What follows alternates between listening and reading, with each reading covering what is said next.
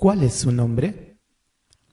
Vemos que en el Antiguo Testamento se utilizan una gama de expresiones, títulos y nombres con los cuales los autores se refieren a Dios. Estos nombres se usan para tratar de representar a Dios plenamente y describen su poder, su majestad, su justicia, su santidad, su divinidad, y aún así no alcanzamos a comprender el majestuoso carácter de nuestro Dios por completo. Estos nombres se pueden dividir en dos grupos: los nombres primarios y los nombres compuestos. Los tres nombres primarios son el tetragramatón IHWH, que significa existente por sí mismo.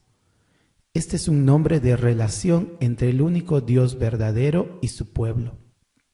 Cuando es usado, pone de relieve la santidad de Dios, su odio hacia el pecado y su amor hacia los pecadores. El segundo es Elohim, que significa el fuerte o poderoso. Se usa con referencia al Dios verdadero en relación con la creación. Este no es un nombre propio, sino más bien como un título que expresa divinidad. El tercero, Adonai, que significa Señor. Es usado para indicar la supremacía de Dios y expresa una relación de amo-criado o amo-esclavo.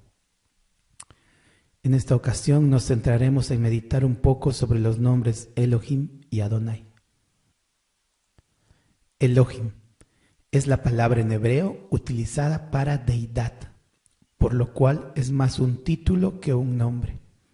Pero esta característica no le resta valor a la palabra. Por ejemplo, ahora nosotros oramos al Padre, y por el contexto podemos saber que nos referimos al Padre Celestial, nuestro Dios Creador, y no a un padre de familia. De igual manera, la palabra Elohim es utilizada para describir la relación entre Dios y su creación. Esta palabra es usada en Génesis para nombrar a Dios creando todo lo que conocemos, incluso a nosotros mismos.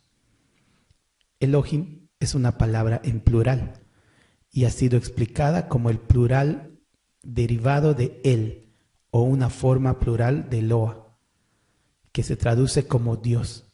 Entonces Elohim literalmente sería dioses. Esta pluralidad dentro de la palabra no nos causa ningún asombro a nosotros. Es más, nos afirma verdades que muestra la palabra que nuestro Dios es un Dios en tres personas: Padre, Hijo y Espíritu Santo. Sin embargo, la razón de la pluralidad del término está en discusión por los expertos, surgiendo dos hipótesis principales. La primera, que la pluralidad expresa y afirma las tres personas que componen a Dios.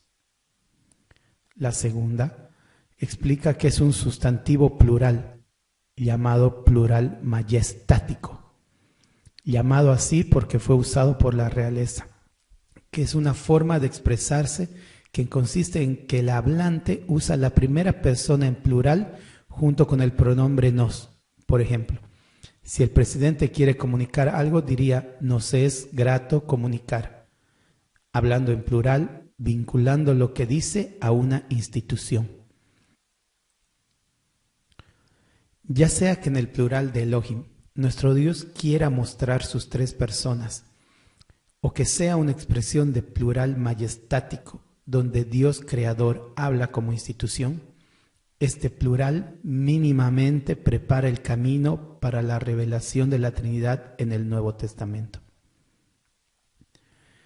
Este plural puede generar una confusión en sí si es traducido de manera literal, mostrando una aparente contradicción en la oración más pronunciada por los israelitas, el Shema Israel, que traducido es Oye Israel, que se encuentra en Deuteronomio 6:4. Dice: Oye Israel, Jehová nuestro Dios, Jehová uno es. Y amarás a Jehová tu Dios de todo tu corazón y de toda tu alma y con todas tus fuerzas. Y estas palabras que yo te mando hoy estarán sobre tu corazón, y las repetirás a tus hijos y hablarás de ellas estando en tu casa y andando por el camino y al acostarte y cuando te levantes.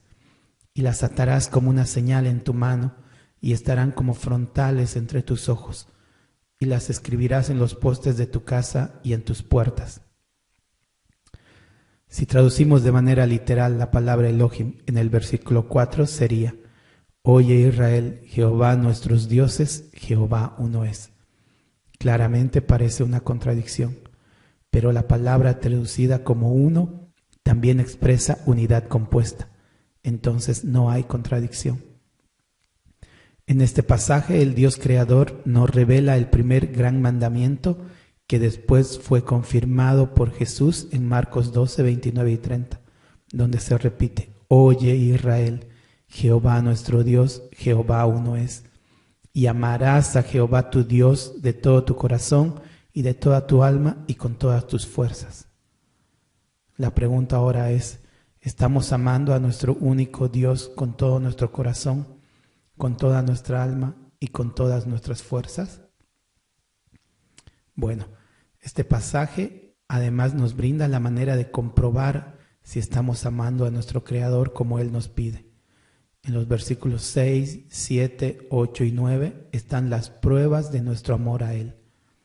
El versículo 6: Y estas palabras que yo te mando hoy estarán sobre tu corazón. Debemos leer y guardar su palabra en nuestro corazón.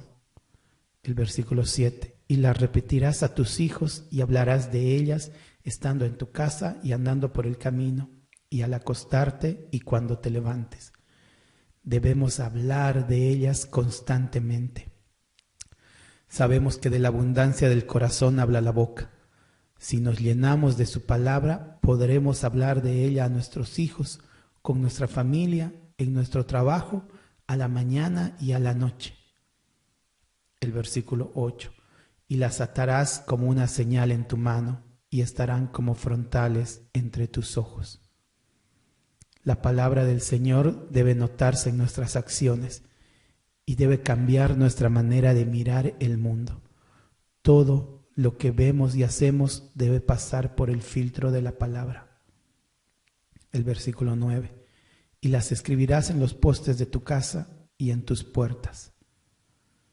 Lo que construimos o edificamos, nuestros pilares, deben estar fundados en la roca que es Cristo. Debemos considerar a Dios en nuestros caminos, antes de abrir la puerta para salir de casa, y al volver reflexionar sobre nuestro actuar al entrar a casa. Adonai es la palabra hebrea utilizada para dirigirse al Ser Supremo y su grandeza. Significa mi Señor, mi gran Señor o mi amo. Esta palabra era la que los judíos utilizaban para referirse a Dios en lugar de usar el tetragramatón IHWH. Al leer las escrituras donde aparecía el tetragramatón, los judíos leían Adonai como una forma respetuosa de referirse a Dios. Esta palabra ilustra la relación que existe entre un amo y su siervo. Al usarla nos identificamos con el siervo que está al servicio de su Señor, que está dispuesto a obedecer aún en contra de su voluntad. Nos debe llamar a la sumisión y humildad hacia Dios y su grandeza. El pueblo de Israel, a pesar de llamar a Dios Adonai con mucho respeto y evitando decir el nombre sagrado, no mostraba una actitud de siervo. Vemos en Éxodo 32:9: Dijo más Jehová a Moisés: Yo he visto a este pueblo, que por cierto es pueblo de dura cerviz. La cerviz es el cuello, y el ser de dura cerviz quiere decir que no agachan la cabeza, que no son humildes y no quieren obedecer a Dios. ¿Cuántas veces he permanecido con la frente en alto cuando debería estar humillado delante del Señor? ¿Cuántas veces mi orgullo, soberbia y pensar que estoy en lo correcto evitan que reconozca que Jesús es mi Señor, mi amo, y no le sirvo? Y aún así, sí lo sigo llamando Señor.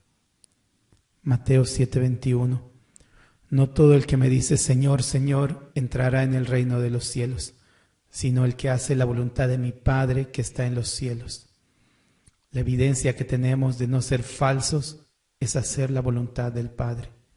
Pablo nos exhorta en 2 Corintios 13:5 a que cada uno se examine y pruebe a sí mismo si está en la fe. Dios no puede ser burlado. El nombre con el cual nos referimos a Dios es importante, pero no sirve de nada llamarlo Elohim, que es fuerte sobre todo, y tratar de luchar contra él, o llamarlo Adonai, que es mi Señor, y no hacer su voluntad.